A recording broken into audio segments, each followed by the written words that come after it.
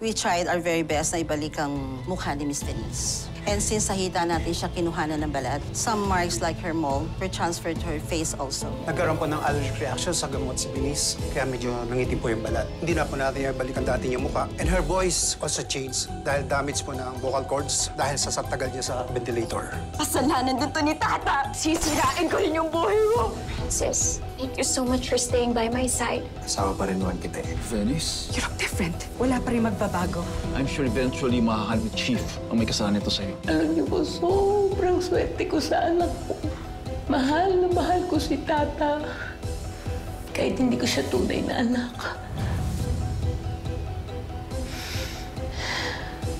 Nay?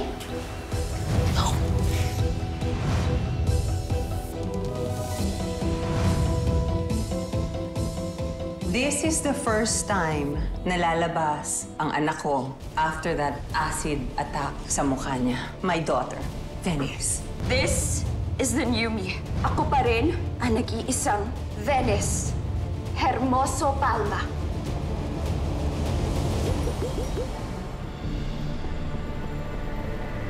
Salamat po. Bili ulit kayo ng batchoy bukas, ha? You're welcome. Thank you din. Ay, mga miss, ano bang pinapanood nyo dyan na tutok kayo, ha? Eto kasing si Binis, yung kamukha mo dating artista Tata. Tingin. Nagbago yung tsura mula nang mabuhusan ng asido. Oo nga, oo. Nagbago nga itsura. Tignan mo, oh. This is the new me. Ako pa rin ang nag-iisang Venice Hermoso Palma. Parang mas sumama lalo ang ugali. Ay, parang mas tumanda, no? Grabe kapit niya sa asawa, no? Malamang malalaos na kasi yan. Pero alam mo ba, nabalita noon, masama talaga ugali niya. Kaya nga, tapos nagbago ng itsura. Kaya, kakapit sa asawang mayaman. Talaga, oh. Diba? Grabe. Okay ka lang, anak? Oo naman po. Uy, halika na. Nasa magbe. Tata, si Kuya Daboy pinabarangay. Kinuwig ng mga tao doon. Ha? Ano? Tara na! Tara na! Sandali!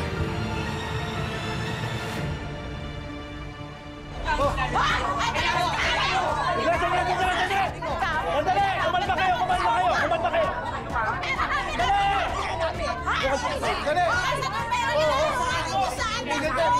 Dali! Sandali!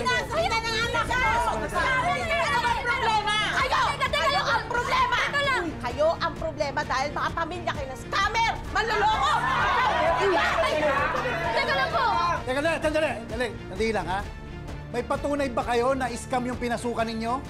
Huwag niyo sasaktan. Napanood sa balita. Ayan, Kap, oh. Panoorin niyo. Ayan. Kap, lumabas siya. Nandun kami sa palengke habang inaantay namin yung kasosyo niyang daboy na yan. Kasalukuyang pinaghahanap ngayon ng mga otoridad ang negosyanteng si Manny Palamos at ang kanyang kasosyong si Rudy Magbanwa matapos mapag-alaman na walang lisensya ang More and More Incorporated para mag-operate bilang isang multi-level marketing company. Kita niyo? Ayan, oh. Diba? Tinatayang 2 milyon ang kanilang nakulimbat mula sa lahat ng kanilang mga na-recruit. 2 milyon, ha? 2 milyon! Oh. Ano na? Oh, ayan, Kap, malinaw narinig nyo. Rudy Magbanwa. Si Tabo yun eh, ha? Sinasabi ka lang na Palibhasa kasi, alabong marpo ako pagdating sa'yo. Kaya pati ako naloko mo. Akala ko mapagkakatiwala kita. Inutang ko lang yung pera na yun. Totoo ba to?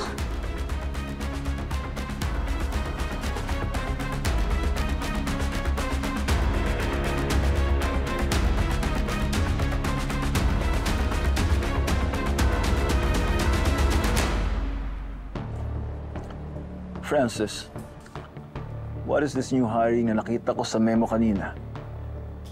Are you looking for a new executive assistant? What happened at the previous ones? Mama, Sir Goff, nakahanap na ng trabaho sa Canada si Olive. And her replacement was she resigned. Na-aksidente yung anak, so kailangan pa niyang alagaan. So you have to look for a new assistant. Ang dami mong upcoming business meetings and you can't handle it all. I'll talk to Charlie ng HR. Baka meron siyang pwedeng i-promote.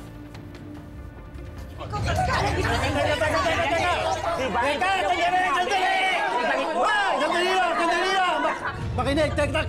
Sabay-sabay kayo eh! Hindi ko kayo maintindihan eh. Ano bang gusto niyong mangyari ngayon? Kap, ang gusto lang naman namin, ura-urada ngayon mismo, ibalik niya yung puhunan namin. Eh kung kami mapayag na hindi siya mangangako na hindi niya babayaran! Ibalik mo! Teka lang! Kumalma nga kayo!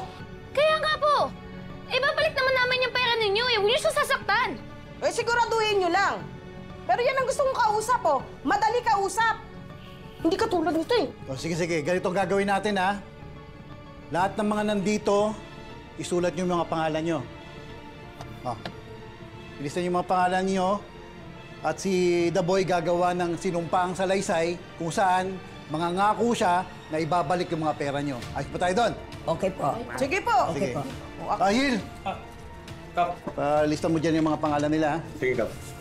Ako muna! Kami muna! Hindi! Kayo sa tao! The Boy, ito, gumawa ka ng salaysay mo na ibabalik mo sa kanila yung mga pera nila, ha? Magyan na muna kayo, ha? Tayo na, wala sa mag-decide nyo. Dali, ano? Okay, may mabalik ka.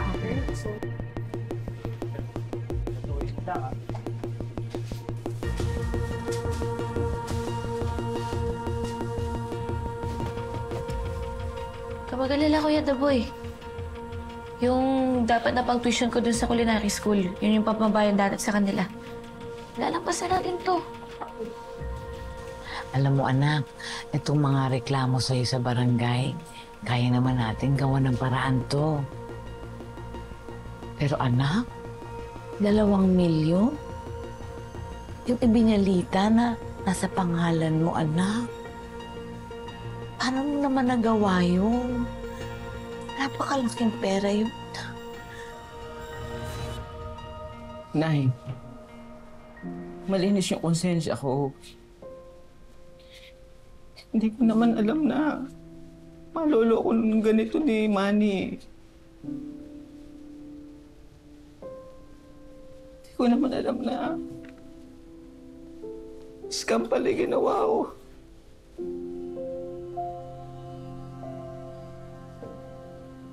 Mahirap maging mahirap, Nay. Ang hirap na walang pinag-aralan.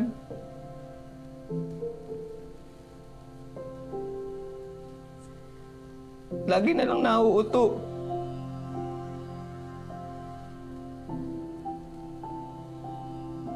Sa pamilya natin, ilang taon na rin akong pabigat, ah.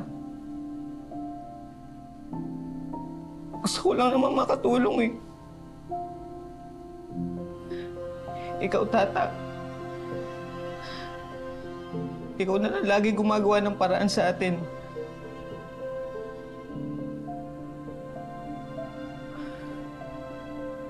Ako, wala naman akong ginagawa, eh.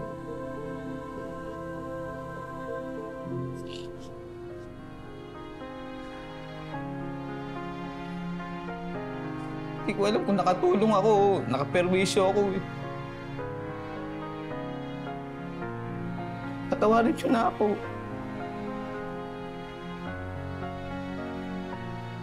Hindi ko naman gusto yung ginawa ko, eh.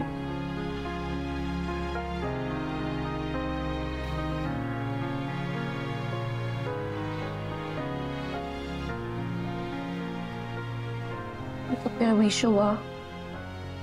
Special ka sa amin. Kung ano man yan, wala nang pa sa natin yan. Pera lang naman yan, eh.